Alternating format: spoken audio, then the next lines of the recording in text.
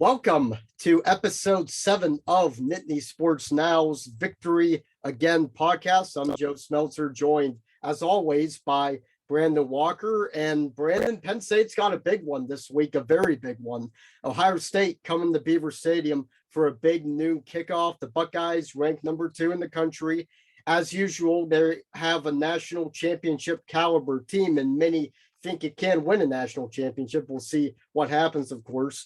But this is a good football team, and we'll talk plenty about C.J. Stroud and that Ohio State team. But before we get into that, Brandon, Penn State got a big win Saturday night over Minnesota. It's Tuesday now, so whatever is going to be said about that game has been said pretty much for the most part. But let's briefly discuss Penn State's 45-17 win, because it was a win that it needed probably more than any other game it had played to that point.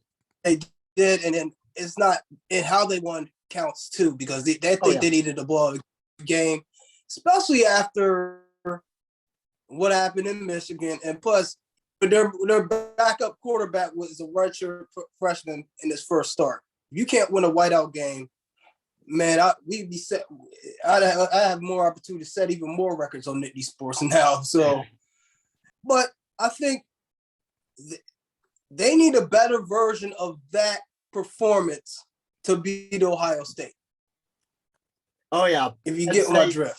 Penn State I definitely catch your drift. Penn State needs to play the best game it's played this year, probably a better game than it played at any point last year and the year before that and the year. You get the picture. It's going to take a near flawless performance for Penn State to come up with a win against Ohio State. There's a reason that James Franklin only has one win over the Buckeyes. There's a reason Jim Harbaugh only has one win over Ohio State. Any coach in the Big Ten has struggled with Ohio State. You can ask Michigan State's Mel Tucker how his first meeting with Ohio State in Columbus went last year. You can ask Kirk Ferentz how playing Ohio State went last week. Ohio State is the cream of the crop of the Big Ten. Michigan might be just as good. We'll see what happens after Thanksgiving when the game takes place, as it does every year. But Ohio State is the king of the Big Ten. But with that being said, Penn State plays Ohio State tough pretty much on an annual basis under Franklin. Going back, Ohio State crushed Penn State in 2015 in Columbus. That was before Franklin had really turned the program into at least close to where he wants it to be. Obviously, the 2016 game happens. Marcus Allen blocks the field goal. That's a legendary game in Penn State lore. That's Franklin's only win over Ohio State. But when you look at the years ahead, 2017, 2018, Penn State had no excuse not to win. Penn State probably lost those games by 1 point each, just as much as Ohio State won them. 2019, Ohio State won by 11, a little more lopsided, but definitely not a blowout. 2020, similar to 2019, Ohio State controlled most of it, but Penn State hung in there. And then last year, 2021, Penn State stuck with Ohio State the whole game, in a game that many thought Ohio State would just run away with because it was a week after Penn State had that 9 overtime loss against Illinois. But I'm definitely expecting a close football game. I wouldn't pick Penn State to win, but I think they're going to compete with Ohio State, if nothing else. So I think they have to. I think it's going to be a competitive game too, only because they're at home. Honestly, I think 15 points is a lot. But I've seen this stat. Ohio State has not failed to score in the red zone this year at all. I forget the exact. It's like 30 some off or 30 something. I think most of them are touchdowns. I have to look up the stats, but they're automatic in the red zone. And Penn State's defense is very good in the red zone, so that's going to be mano a mano, right? Kind of a battle of strengths. And speaking of battle of strengths, Brandon, we're going to talk about a lot Penn State secondary versus Ohio State's receivers, right? That's probably the biggest matchup storyline we have this week. You have Penn State's quarters, Joey Porter Jr., Kalen King, as good as any pair of quarters, maybe in all of college football, certainly in the Big Ten. And then Ohio State's receivers, Jackson Smith and Jigma. We don't know if he'll be on a snap count or not. He's been battling a hamstring injury all year, limped off the field against Iowa last week, had to leave in the third quarter. But Ryan Day indicated in his press conference that Smith-Njigba is going to play. We don't know how much he's going to play, but even Smith-Njigba is the type of guy where if he's at 70%, he's better than most people at 100%. So he's one to watch. And then the matchup everybody's going to be talking about for multiple reasons. Joey Porter Jr., probably a first-round draft pick, right? Marvin Harrison Jr., absolute stud. Both guys who were sons of 2000s NFL stars. Marvin Harrison Sr. is one of the best receivers ever in the Hall of Fame, walked into the Hall of Fame. Joey Porter Sr., not quite at a Hall of Fame level, but definitely a very good player, multi-time All-Pro and a Super Bowl champion with the Pittsburgh Steelers. So that's the matchup that's really going to steal a lot of the headlines. And I kind of wish that we were able to talk to Joey Porter Jr. This week for availability, but we will be talking to Terry Smith Thursday, who's Penn State's quarterback's coach, and he obviously knows Joey Porter Jr. quite well, and he'll be able to give insight on both Penn State secondary and Ohio State's receivers, and those position groups, Brandon, are going to be the ones that we're going to watch. Oh yeah, and don't forget Emeka Ujuba. I'm reading his name. I hope I spelled. He has 41 catches for 735 and touchdowns this year too. And you got Julian Fleming. He has 6 touchdowns. Yeah, Fleming. Julian Fleming. And you got a tight end, Cade Stover, who has 2 touchdowns this year. So the weapons are deep. And we have to see how deep their secondary in the cornerback position. You got Daquan Hardy, Marcus Wilson, Johnny Dixon. They're the ones who are going to have to step up. But also, another thing, we're forgetting about this running game that Ohio State has. They have Myron Williams, who's averaging 7 yards a carry. And Trayvon, I thought they was talking about him being one of the best running backs in the country, and he's averaging 5'9". And that, I guess he's their second leading rusher. So they have a lot to deal with this week. But what about the size of their offensive line? Are they as big as Michigan's offensive line? Because we haven't gotten to get to the nitty gritty. So how do they compare to Michigan? We also saw what Michigan did to their offensive line. I mean, PJ Mustipher talked up Ohio State's offensive line big time, and he's the guy that's going to know, right? He's been a college football defensive lineman for 5 years. James Franklin talked about a pretty big and pretty talented guy for Ohio State. It's right tackle DeLon Jones. Sorry if I'm mispronouncing that, but he's 6'8", 359 pounds, and he can move. So that's going to be a handful for Penn State's defensive ends, especially we don't know what Chalk Robinson's status is going to be. He unexpectedly didn't play against Minnesota. You wouldn't know about a final score, but Chalk Robinson's a guy that, and I'm surprised nobody asked James Franklin about Chalk Robinson in his Tuesday press conference. James doesn't like to talk about injuries, but it's still our job to ask about them. And he wasn't asked about Chalk Robinson, but Penn State's ends, whoever plays, whether it's Adisa Isaac, who's going to start, Nick Tarburton, regular starter, and Eamon Vanover, those guys are going to have to be on their games to stop this Ohio State offensive line. And one thing about Ohio State, Brandon, is that going back to the matchups that we discussed before, you kind of notice a pattern. Like Penn State plays Purdue week 1. Okay, Purdue likes to pass a lot. If you can limit Aiden O'Connell, you have a pretty good chance to win the game. Week 3, they play at Auburn. Auburn likes to run the ball. If you can limit Tank Bigsby, you're going to beat Auburn. Then fast forward to week 7 out of the bye week, you play Michigan. If you can limit Blake Corum, you have a pretty good chance to win the game. Last week, if you limit Muhammad Ibrahim, which Penn State did, you have a chance to win. You get the picture, but you play Ohio State. If you limit CJ Stroud, you still have 2 great running backs to worry about. If you stop the run, you still got to worry about CJ Stroud, who could well win the Heisman Trophy in a few months. PJ Mustipher put it pretty well. He said Ohio State's offense runs the ball when it wants to run the ball, and throws the ball when it wants to throw it. So basically, in layman's terms, Ohio State does whatever it wants offensively. And it's Penn State's job. Obviously, Ohio State's going to have a harder time doing that against Penn State than it did against Toledo. But Ohio State is just so balanced, and there isn't one thing that Penn State can neutralize that would guarantee a win over Ohio State. There's so many moving pieces to this offense that there's so many things that have to go right for Penn State to limit it. And that's something that wasn't really a concern with Auburn, Purdue, or even Michigan, I don't think. And we haven't even talked about Ohio State's defense yet. But it seems like they have their leading sack guy is defensive tackle Michael Hall Jr. They got Javante John Baptiste. He has 3 sacks. A lot. It doesn't. They only have 19 sacks on the year, and that's surprising due to like some of the level of their competition. Who else? They played Michigan State too, but they still played 3 lesser. Well, the best team Ohio State's played thus far is probably Notre Dame, and Notre Dame is very down this year. So Ohio State hasn't played anybody. Not that Ohio State really has anything to prove because it's Ohio State. Like strength of schedule, like they're good. Like we know they're good.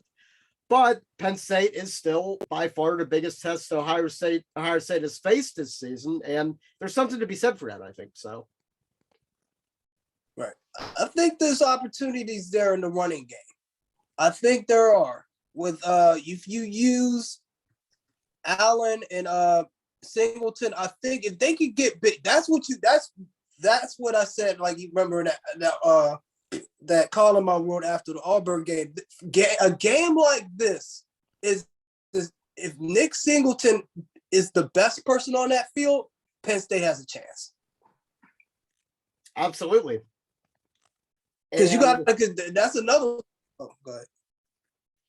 Yeah, no. Penn State had its issues running the ball two weeks ago against Michigan, and in the defense of Penn State's running game, there really wasn't much of a chance for Penn State to establish a running game because they fell behind by 13. But nonetheless, Nick Singleton and Katron Allen had a combined total of 12 carries, and I don't think any of those carries went for 10 yards. So they had some chances to break big runs and gain momentum against Michigan and didn't do it. But obviously Minnesota, both of them bounced back in a big way. But yeah, Penn State's bread and butter is the running game, and that's going to have to be evident Saturday. You could use if Sean Tilford just move the chains on a consistent basis, they have a shot. We could go with people want to go with the Allard thing. I don't think Allard would be can go toe for toe this year against this offense. That'll be too much for the kid. This is a game when I think about it, it's like if they got him ready earlier, maybe, but we'll just have to see about that. But how do you feel? So what was it like? Because we was going to set with they booed Clifford. I mean, so what happened? Just show me. You was at the stadium. Tell me what happened, please. Well, I can't really give a first-hand account of that because I wasn't in a position where I could hear the crowd. Myself and Jared Pruger, who both covered the game, we were walking at that point to go get a good shot of Penn State running out of the tunnel, which we ended up doing, by the way. Jared filmed the video, and it has over 7,000 views on our YouTube channel. So that ended up working out pretty well. But we couldn't hear Clifford get booed, but there's enough accounts where it happened, and I know it happened. I didn't have to hear it. I've heard variations of how loud he got booed. Somebody told me it was a mix of boos and cheers. Somebody told me the boos were very, very loud. But in any case, it was more than just a few people booing, right? If it could be heard noticeably in a crowd of 109,000, then it was noticeable. James Franklin also got booed. But I didn't like it at all.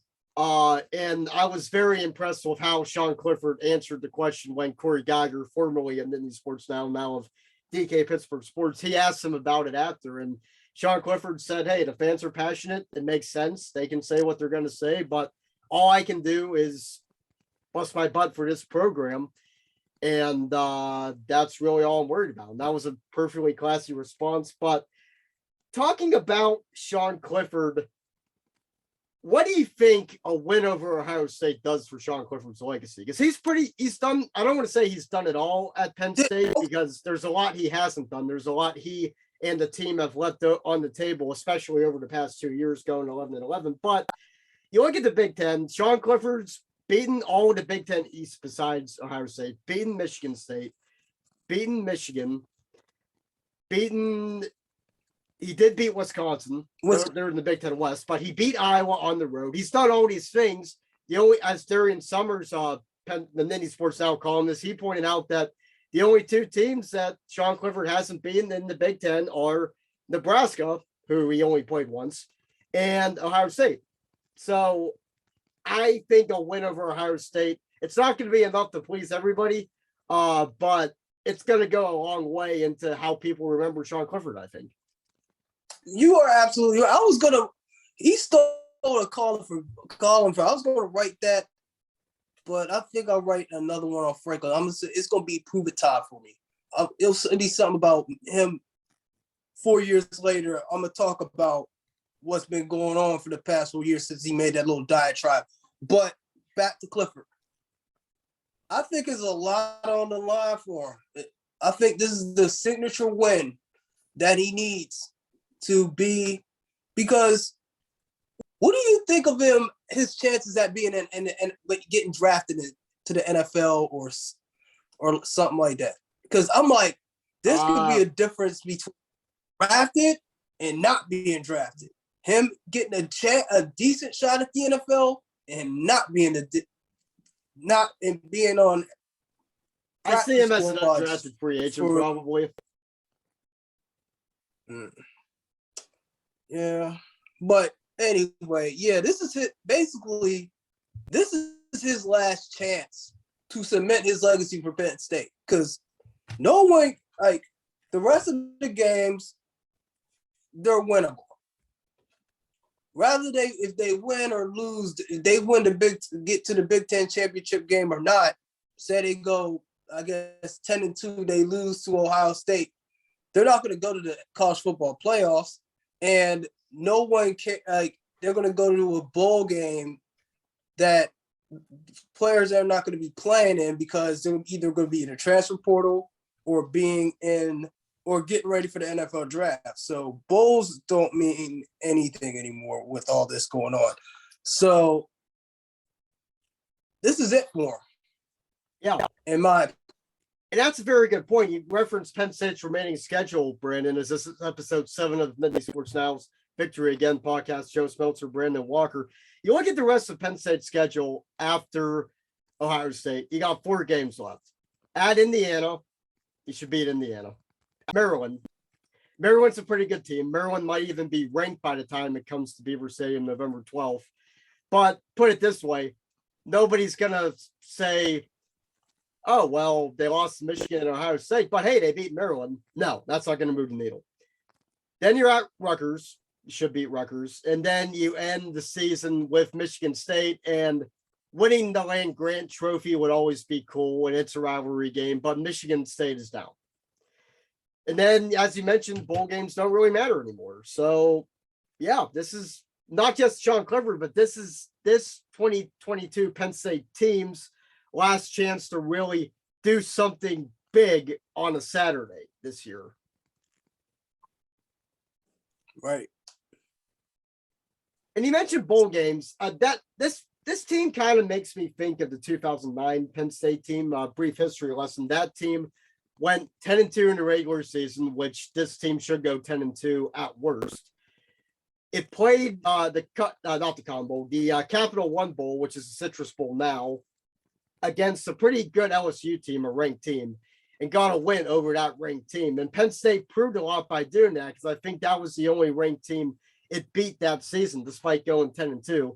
And I remember Darryl Clark, who was Penn State's quarterback, after a very hard-fought bowl game ended, got down on his knees and cried after winning that game. So it meant something. But bowls don't mean nearly as much right now as they did more than a decade ago. They just don't. So Sean Clifford, I don't think, has that same opportunity that Daryl Clark did to really cement himself in the bowl game. Right.